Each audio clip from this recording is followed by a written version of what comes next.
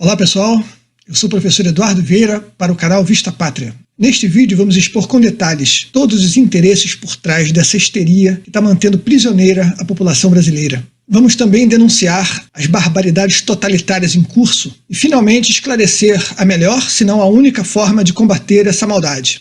Um bando de idiotas pelo mundo afora vem insistentemente trombeteando o apocalipse e causando toda sorte de pânico da forma mais histérica possível. Inclusive, jogando todo tipo de bomba de fumaça sobre o tratamento com a hidroxicloroquina. É algo de difícil compreensão se não dermos um passo para trás e olharmos o cenário um pouco mais abrangente. Basicamente, o mundo cansou do progressismo. Essa turma passou tanto do ponto com as suas perversões que até o mais morno panaca se cansou, ainda que mornamente. Essas pautas passaram simplesmente a ser ridicularizadas.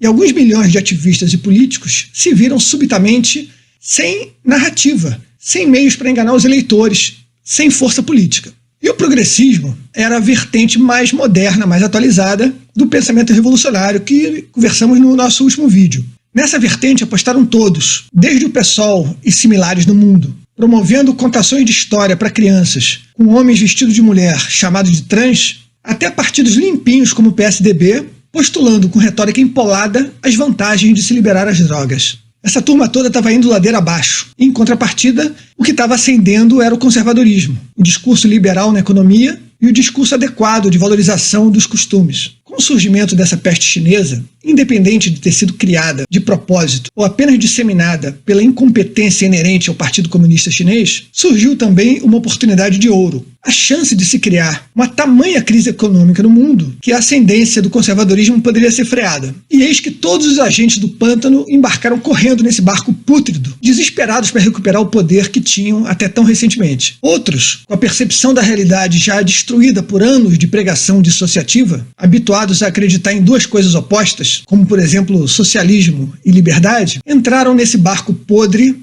julgando estar embarcando na nau pristina da virtude e da compaixão. Escudando-se na narrativa de evitar milhões de mortes por uma doença que mata tanto quanto qualquer outro surto, os trombeteiros do apocalipse conseguiram manter a humanidade em casa, inermes perante a devastação de uma crise econômica sem precedentes. Mas eis que surge uma esperança que rapidamente se transformou numa realidade. A doença tem um tratamento eficaz. Liderados por um médico francês de Marsella, Dr. Didier Raoult, a comunidade médica honesta propagou o uso do chamado protocolo de Marsella, um tremendo sucesso. Mas esse tratamento recebeu uma grande resistência para se tornar oficial. Não se viu imediatamente um pronunciamento da OMS, por exemplo, avisando que o risco havia diminuído. Não se viu informações sobre a aplicação formal do tratamento em nenhum veículo midiático. Pelo contrário, o que mais se viu foi a divulgação rápida de efeitos colaterais praticamente inexistentes. Até cegueira foi declarada como efeito colateral numa demonstração de estupidez maléfica impressionante. Características leves de alteração cardíaca foram expostas como algo matador, enquanto que a presença das mesmas características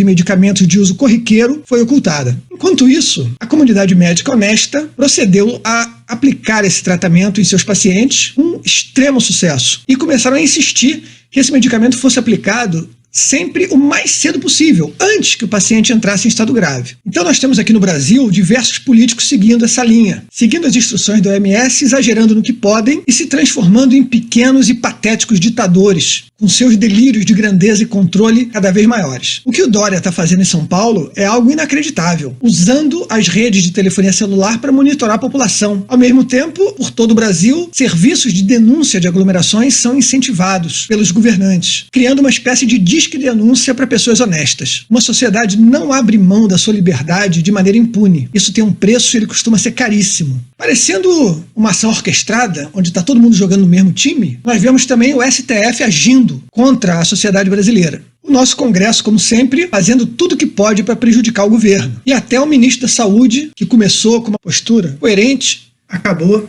procurando evitar ao máximo a disseminação do uso correto desse medicamento, desse tratamento que funciona tão bem. E cá estamos nós nessa quarentena terrível. Os impactos que essa quarentena vai gerar na economia são catastróficos. O desemprego vai aumentar, o PIB vai despencar e nós vamos ter que correr atrás do prejuízo, trabalhando um ano para voltar à nossa situação de 2 meses atrás. Mas o pior não é isso. O pior é que os nossos governantes pretendem expandir essa quarentena de forma absolutamente lógica, sem nenhuma comprovação que esse treco funciona, durante mais meses. Eu lembro a vocês que não há nenhum indício que, por exemplo, na Itália, um país que usou a quarentena de forma bastante radical, que essa quarentena tenha modificado de qualquer forma a curva. Pelo contrário, os indícios são que ela fez a curva ficar pior. Como eu já expliquei em outros vídeos, você só resolve uma infecção viral imunizando boa parte da população, de 50% a 70%. Essa imunização, se não acontecer enquanto nós estamos em quarentena, ela vai acontecer depois. E se não acontecer enquanto nós podemos fazer isso de forma controlada, com recursos econômicos para fazer essa gestão, ela vai ter que acontecer depois de forma descontrolada, causando um caos ainda maior do que nós já estamos vendo. Tudo isso cai como uma luva para o pensamento revolucionário, para aquela turma que quer destruir tudo,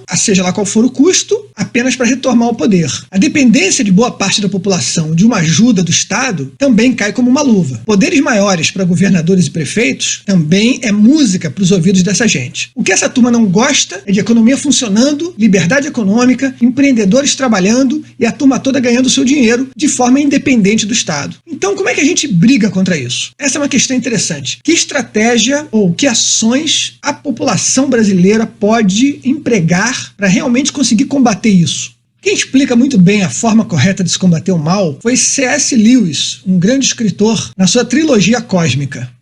Está aí a imagem. No seu segundo livro, Perelandra, ele nos mostra um cientista que foi levado para um mundo em formação.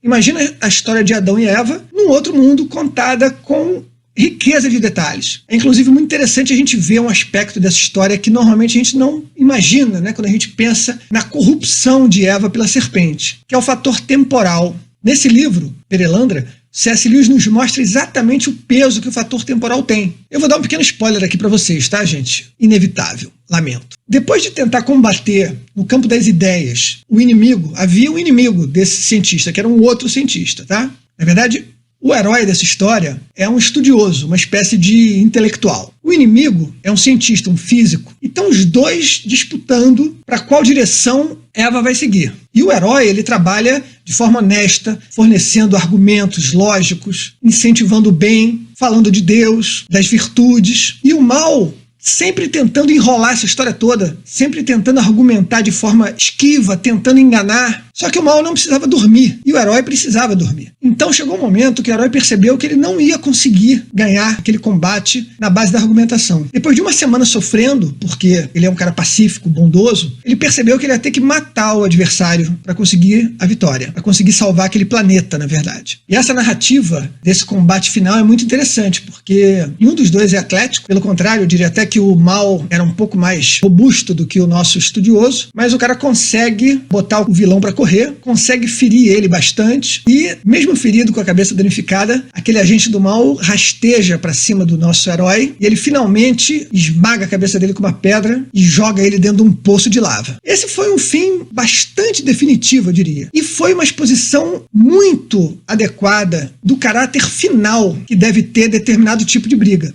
Existem combates que requerem o uso de ferramentas com as quais a gente não está habituado a lidar. Eu não estou dizendo que a gente deve ir para o Congresso Nacional jogar uma pedra gigante e um vulcão em cima dele, naturalmente. O que eu estou dizendo é que esse mal não vai ser vencido sem luta. Eles vão puxar a corda até o limite e ou a gente vai ter que ceder e perder nossas liberdades, ou a gente vai ter que brigar por ela. É inevitável. Preparem-se.